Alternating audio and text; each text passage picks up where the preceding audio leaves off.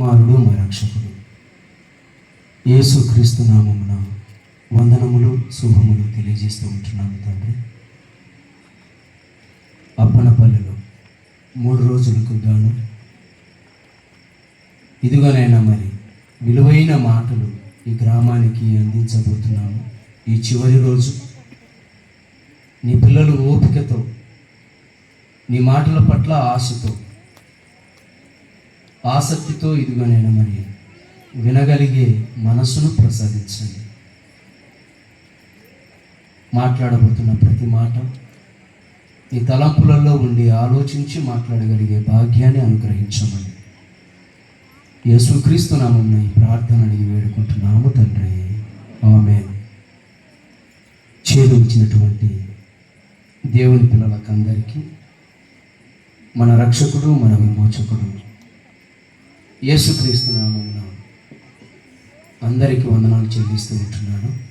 ప్రత్యేకించి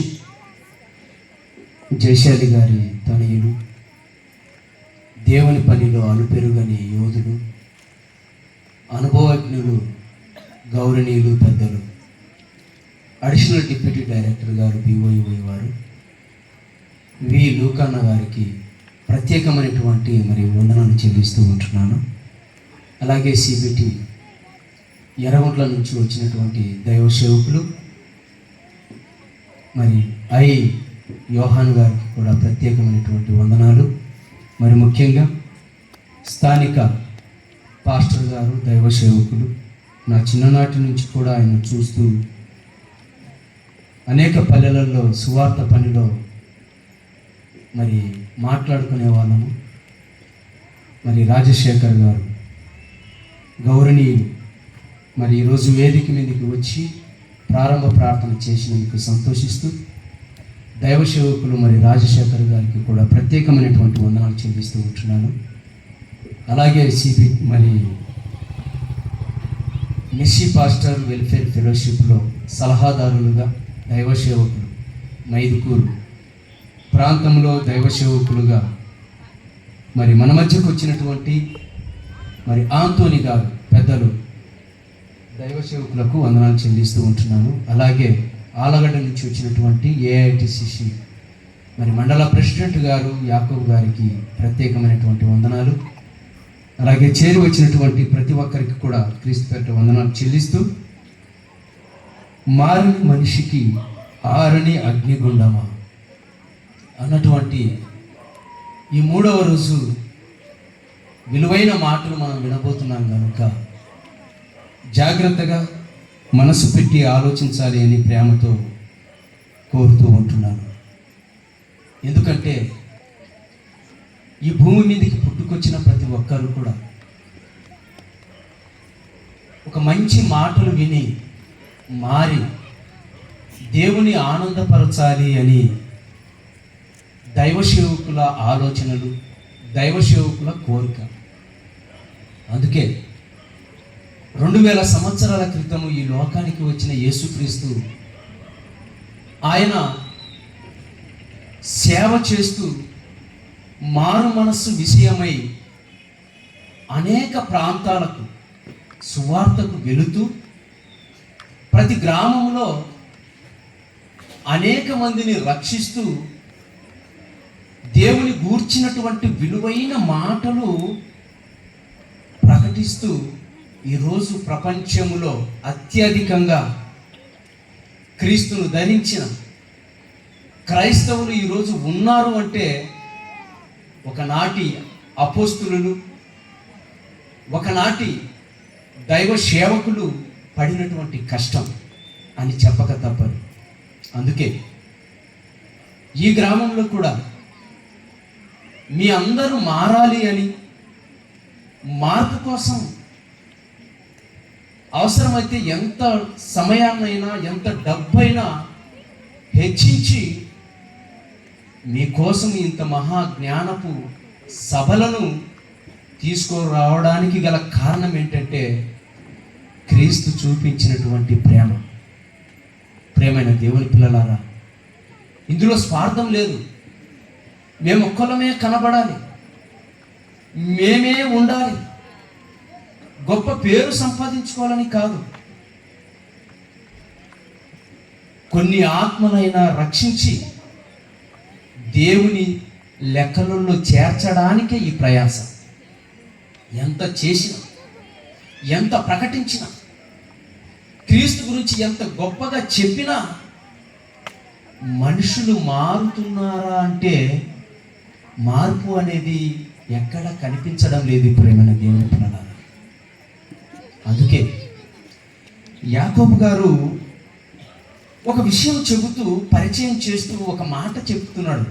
ఏం మాట్లాడుతున్నాడో ఒక అద్భుతమైనటువంటి మాట చూద్దాం. యాకోబు గారు రాసినటువంటి పత్రిక దయచేసి చూడండి.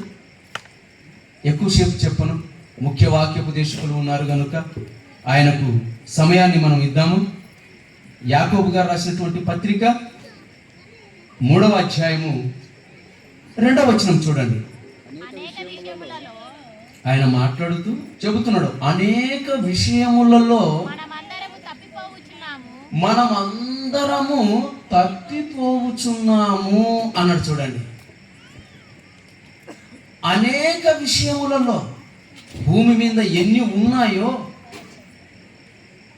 ఎన్ని మాటలు విన్నా కూడా అనేక విషయాలలో మనము తప్పిపోవచ్చున్నాము అన్నాడు. చూడండి, ఎవరు ఈ యాకోబు గారు అంటే స్వయంగా యేసుక్రీస్తు ప్రభుల వారికి తమ్ముడు.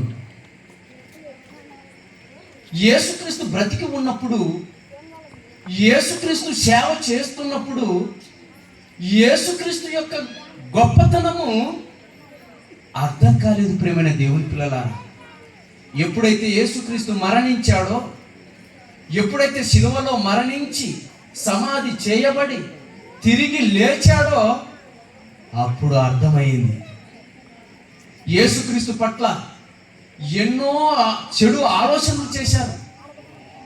ఏమంటే కొన్ని సందర్భాలలో యేసుక్రీస్తు బాధపడుతూ మాట్లాడిన మాట మనకు తెలుసు.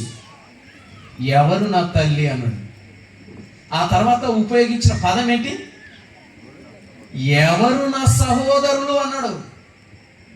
అంటే సహోదరులు కూడా యేసుక్రీస్తును అర్థం చేసుకోలేదంటే చేసుకోలేదు. అందుకే ఆయన బోధిస్తున్నప్పుడు, ఆయన మేలులు చేస్తున్నప్పుడు చూసిన తమ్ముళ్ళు కానీ, చూసినటువంటి బంధువులు కానీ మార్పు చెందాలి. కానీ మార్పు కనిపించలేదు. ఒక మనిషి ఏమండి నిజముగా ఎప్పుడు అతని విలువ అర్థమవుతుందంటే మరణించిన తర్వాత అర్థమవుతుంది అంటారు. పోని మరణించారు యేసుక్రీస్తు, నేటి క్రైస్తవులకు అర్థమైందా? ఆలోచించండి. వింటాం, విడిచిపెట్టేస్తాం, వింటాం, విడిచిపెట్టేస్తాం.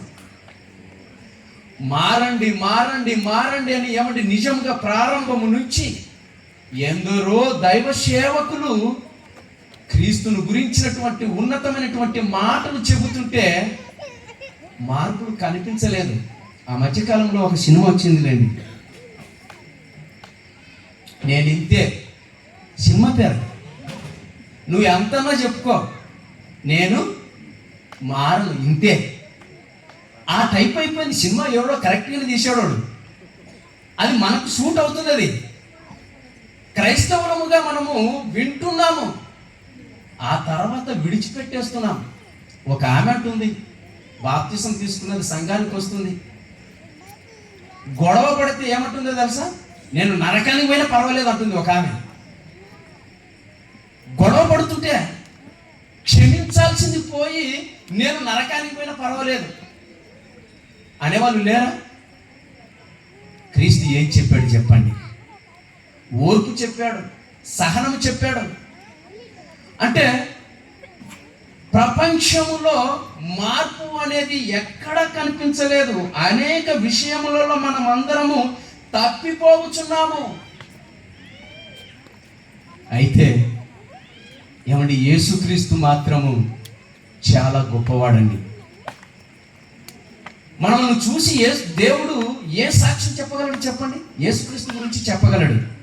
మనకు తెలుసు, మత్తయి సువార్త 3వ అధ్యాయంలో ఆయన బాప్తిస్మము తీసుకున్న తర్వాత దేవుడు యేసుక్రీస్తు గురించి చెప్పాడు. ఈయన నా ప్రియ కుమారుడు, ఈయన యందు నేను ఆనందించుచున్నాను అన్నాడు. చూడండి, ఈయన యందు నేను ఆనందించుచున్నాను. ఇంకా ఎవరి గురించి నాకు ఆనందం లేదన్నాడు ప్రారంభంలో దేవుడు. దేవుని బాధ. ఒక యేసుక్రీస్తుని గురించి ఆనందపడుతున్నాడు అంటే మిగతా వారి గురించి దేవునికి బాధ. మారినట్టు కనబడుతున్నారు కానీ మారటం లేదు. అవునంటారా కాదంటారా చెప్పండి? మారినట్టు కనబడతారు. బాప్తిసం తీసుకున్నప్పుడు 1 వారం 2 వారాలు బైబిల్ చదువుతాము. ఆ తర్వాత ఎక్కడ చూసిన మోకాళ్ళ మీద నుండి ప్రార్థన చేస్తాం. ఆ తర్వాత కనపడదు, ఎక్కడ కనపడదు. మీటింగ్కు రమ్మంటే మాకు టైం లేదు, బిజీ. అందుకేనండి నిజముగా ప్రారంభంలో యోబు గారు ఒక మాట మాట్లాడాడండి. యోబు గారు, భక్తులందరూ అలాగే మాట్లాడతారు. దేవుని అర్థం చేసుకున్నటువంటి భక్తులు ఉన్నది ఉన్నట్టు మాట్లాడతారు. ఉండూరు అచ్చి రాకపోయినా పర్వాలేదు, ఉన్నది ఉన్నట్టు చెప్పాలి. అలా చెప్పేవాళ్ళు ఎవరైనా ఉన్నారు అంటే Bible open university India international, అందులో విద్యను అభ్యసిస్తున్నటువంటి వారు. నిజంగా మా ఆత్మీయ తండ్రి జైశాల్ పిడి సుందరరావు గారు, ఎవరు ఏమనుకున్నా బైబిల్లోది చెప్పాలి. బైబిల్ ఉన్నది ఉన్నట్టు ప్రకటించాలి. బైబిల్లో ఉన్నది ఉన్నట్టు ప్రకటిస్తే ఒప్పుకోలేదు, సమాజం ఒప్పుకోలేదు. నిజంగా ఎందుకు ఇలా ఒప్పుకోకుండా పోతుందంటే బైబిల్లో ఉన్నది చూసుకోమని చెప్తున్నాం కదా. అదేనండి బోధ, నిజమైన బోధ. ఈ 3 రోజుల సభలలో నిజంగా దైవ సేవకులు నిజంగా అడిషనల్ డిప్యూటీ డైరెక్టర్ గారు మాట్లాడుతుంటే టైం కనిపించటం లేదు. ఎందుకు కనిపించటం లేదు? వినాలి. నిజంగా ఇలా వినాలి అన్న ఆలోచన పుట్టించింది ఎవరు చెప్పండి? నిజంగానండి Bible open university India international విద్యను అభ్యసించిన వారిని చెప్పక తప్పదు. అందుకే యోబు గారు మాట్లాడుతూ ఒక మాట చెబుతున్నాడండి. ప్రపంచ మానవాళి గురించి చెబుతూ దేవుని మనస్సులో మన గురించి ఏమనుకుంటున్నాడో, దేవుని ఆలోచన ఏంటో చెబుతూ ఒక మంచి మాట చెబుతున్నాడు. చూడండి, యోబు గ్రంథము 11వ అధ్యాయము. చూడండి, యోబు గ్రంథము 11వ అధ్యాయం 11వ వచనం. యోబు గ్రంథము 11వ అధ్యాయము 11వ వచనం చెబుతున్నాడు. యోబు గారు అనగానే మహాభక్తుడైన, ఎంత నీతిమంతుడంటే ఆ తరములో నిజముగా చాలా మంచి భక్తుడు, దేవుని అర్థం చేసుకున్నటువంటి మహనీయుడు. పనికి మాలిన వారెవరో ఆయనే ఎరుగును కదా. నీకు తెలియదు, నాకు తెలియదు. అందరూ మంచిగా ఉంటారు, లోపల ఏమున్నాయో మనకు తెలియదు, హృదయంలో ఏముందో మనకు తెలియదు. అలా తెలియకనే కాదండి పసిపిల్లలు ఏదో చాక్లెట్ చూపిస్తేనో లేకుంటే డబ్బు చూపిస్తేనో ప్రేమగా దగ్గరికి వస్తారండి. పిల్లలు చెలిస్తే ఎలా చెప్పండి? అంటే కంబాల్జీనే జమ్మలమడుగు దగ్గర ఆశ చూపించాడండి. 4 సంవత్సరాల పిల్ల, చిన్న అమ్మాయి. వాడి హృదయంలో ఏముందో చూడలేదు, పాప తెలియదు. చెరిచి సంపేసి చెట్లలో పడేశాడు అంటే ఎంత క్రూరం చెప్పండి. ఏం కనపడింది వానికి? చిన్నపిల్లలు దేవునితో సమానమే. ఎందుకు అంత కర్కశంగా రాక్షసికంగా ఎందుకు ప్రవర్తిస్తున్నాడు? మారలేదు. ప్రేమైన దేవుని పిల్లలారా, అందరూ అన్నాడు, పనికి మాలిన వారెవరో దేవుడే ఎరుగును కదా. పరిశీలన చేయకయే పాపము ఎక్కడ జరుగుచున్నదో దేవునికి తెలుసు కదా. దేవునికే తెలుసు. ప్రేమైన దేవుని పిల్లలారా, ఈ గ్రామంలోనే కాదు, ఏ గ్రామానికి వెళ్ళినా, ఏ ప్రాంతానికి వెళ్ళినా, ఏ మనిషిలోకి తొంగి చూసినా మీరు నేను ఎవరు కనిపెట్టలేరు, దేవునికి మాత్రం తెలుసు. అంటే మనం ఎవరికి భయపడాలి? ఎదుటినున్న మనిషికా, దేవునికా? అధికారికా, దేవునికా? ఎవరికి భయపడాలి? మనం భయపడవలసింది ఎవరికో తెలుసా? దేవునికి భయపడాలి. దేవునికి అస్సలు భయపడరు, అస్సలు భయపడరండి. ప్రారంభములో దేవుడు ఆదాము అవ్వలను ఇద్దరిని పిలిచాడు. పిలిచి, నాయనా, మంచి చెడుల ఫలవృక్షమును నేను వేశాను, దయచేసి అది తినకండి అన్నాడండి. ఇలాగే మాట్లాడించాడు తండ్రి. దయచేసి మీరు తినకండి, తింటే ఏమైపోతారో చెప్పాడు. తింటే చచ్చిపోతారు అన్నాడు. నొక్కి చెప్పాడు దేవుడు. నీ దిక్కున్న చోట చెప్పుకోపో అన్నారు వాళ్ళు. ఎవరు? నీ దేవుని. నీ దిక్కున్న చోట చెప్పుకోపో, మేము తింటాం. ఆ రోజు వాళ్ళు మారలేదు, ఈ రోజు నేటి సమాజము మారలేదు. అవునంటారా కాదంటారా చెప్పండి? మారలేదు. మారని మనిషికి ఏం చేయాలి చెప్పండి? అందుకే దేవుడు సిద్ధపరిచాడు. ఆ సిద్ధపాటు ఎలా ఉంటుందో ముఖ్య వాక్యోపదేశకుడు చెప్తారు. అదిరిపోతారు. 2 రోజులు అదిరిపోయారు కదా. దేవుడు అవకాశం ఇచ్చాడండి. ఈ గ్రామానికి, ఈ ప్రాంతానికి అవకాశం ఇచ్చాడు. ఏంటండి వర్షం రావటం ఏంటి? మొదటి రోజు జరగదనుకున్నది కూడా జరగటం ఏంటి? ఎవరో ఉన్నారు, మారడానికి సిద్ధంగా ఉండండి. దేవునికి వ్యతిరేకంగా ఎవరో ఉన్నారు, వారు కూడా మారాలి. దేవుని ఆలోచన ఏంటో తెలుసా? దేవుడు అనగానే ఏమనుకుంటున్నారు? తండ్రి అండి మనకు, మనందరికీ తండ్రి. యేసుక్రీస్తుకు తండ్రి, మనకు తండ్రి. అలాంటి తండ్రి ఎవరిని పోగొట్టుకోడు తెలుసా? ప్రేమ చూపుతున్నాడు దేవుడు. మరి అందుకేనండి మారమని చెప్పడానికే ఈ సభలు. సుదూర ప్రాంతాల నుంచి కనిగిరి ఎక్కడుంది? ప్రకాశం డిస్టిక్. దైవ సేవకులను పిలిపించి చాలా మంది ఈయన పొట్టిగా ఉన్నాడు, ఈయన ఏం చెప్తాడు అనుకుంటున్నారేమో. నిజంగా ఫస్ట్ ఫోటో చూసి ఏమనుకున్నారు తెలుసా? ఈయన ఎంత గొప్పవాడో అనుకుంటున్నారు. నిలబడితే అర్థమవుతుంది. ఏమండి, నిజంగా మెరకపై కొద్దిగా ఉంటుందండి, కొరికితే అర్థమవుతుంది, నీకు నసళ్ళకి ఎక్కుతుంది. అలాంటి మాటలు దైవ సేవకులు చెప్తారు. నీ హృదయం మారాలి, మన హృదయాలు మారాలి.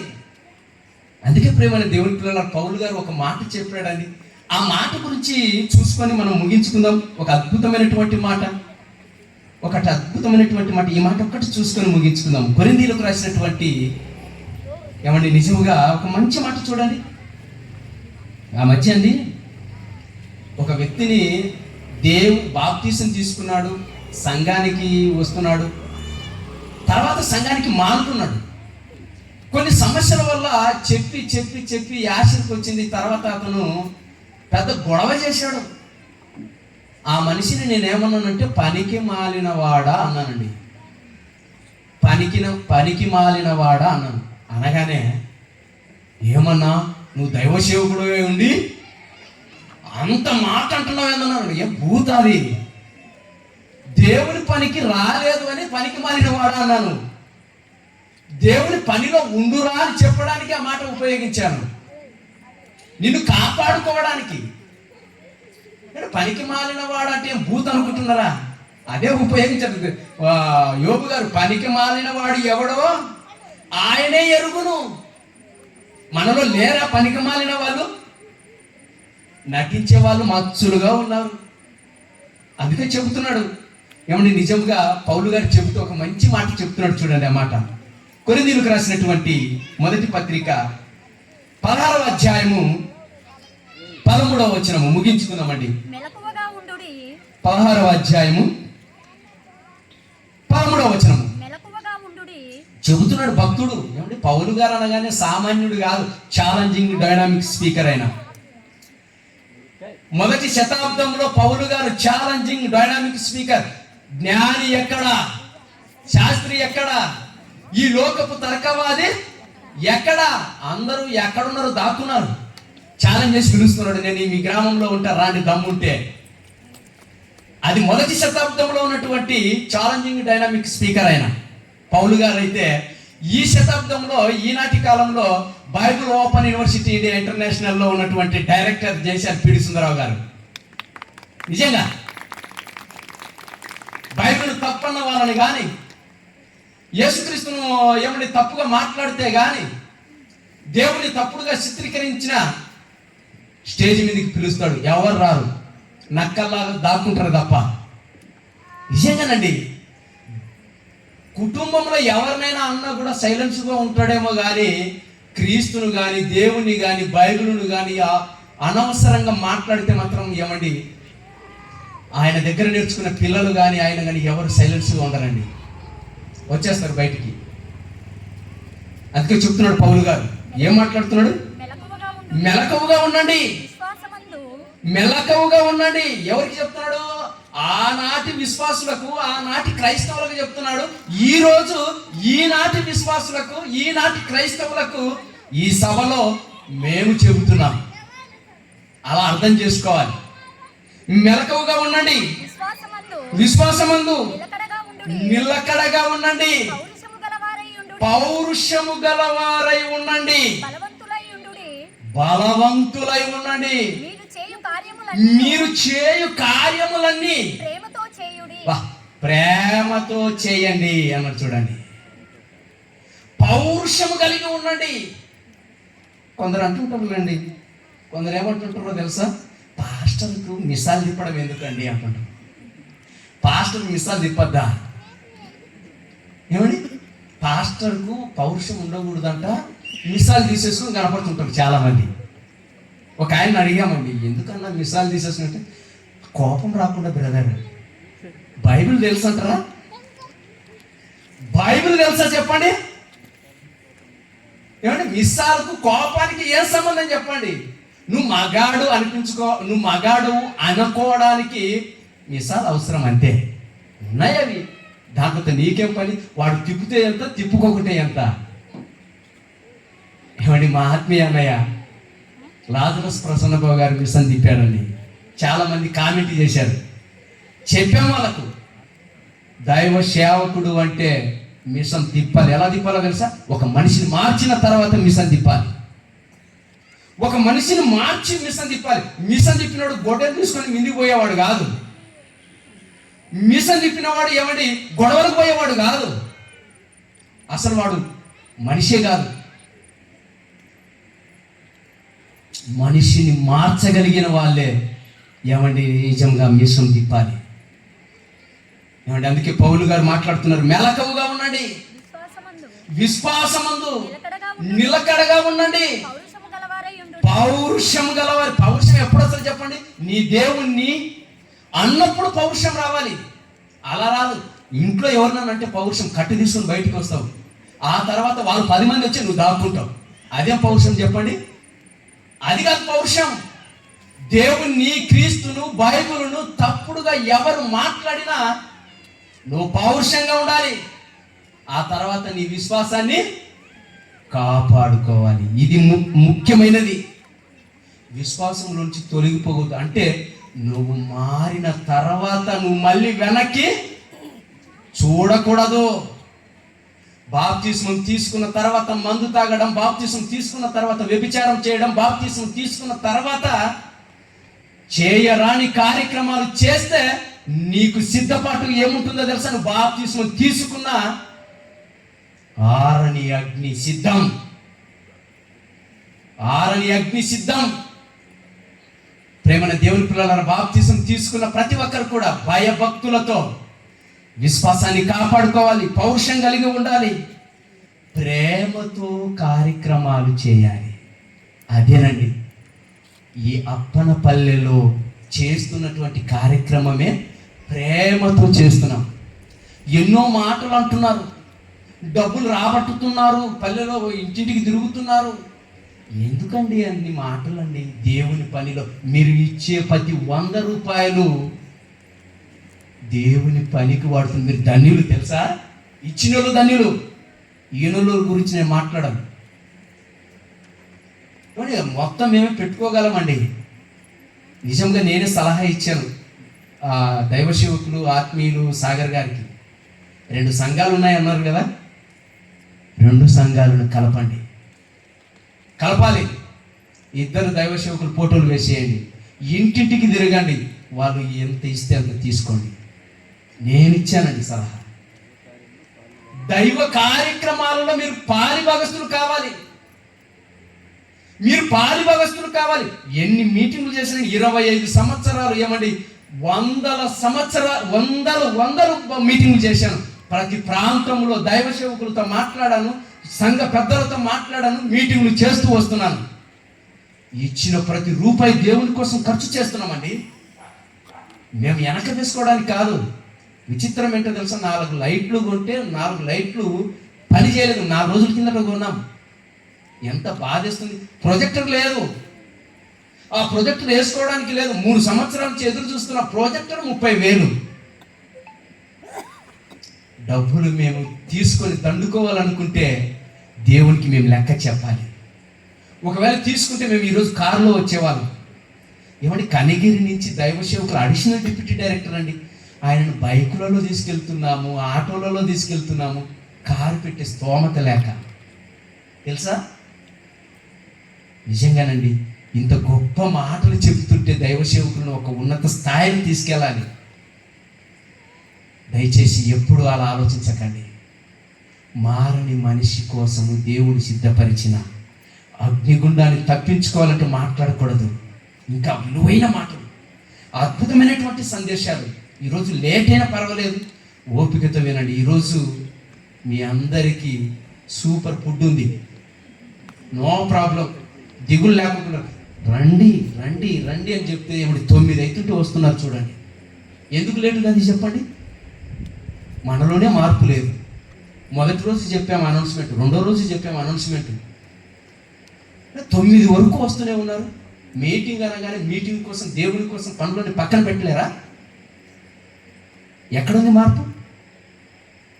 నిజంగా మారకపోతే దేవుడు సిద్ధపరిచిన ఒకటి ఆరని అగ్ని ఉంది. ఎలా ఉంటుందో, ఎంత భయంకరమో మనసు పెట్టి మీరు విని దేవుని మనసును అర్థం చేసుకోవాలి. ప్రార్థన చేసుకోవాలి. దయగలిగిన మా తండ్రి, గొప్ప దేవ, కొన్ని మాటలు నాయన నీ పిల్లలకు అందించాను. దయచేసి నీ పిల్లలను ప్రేమించి చెబుతున్నాం నాయన, ఆవేదనతో బాధతో చెబుతున్నాము.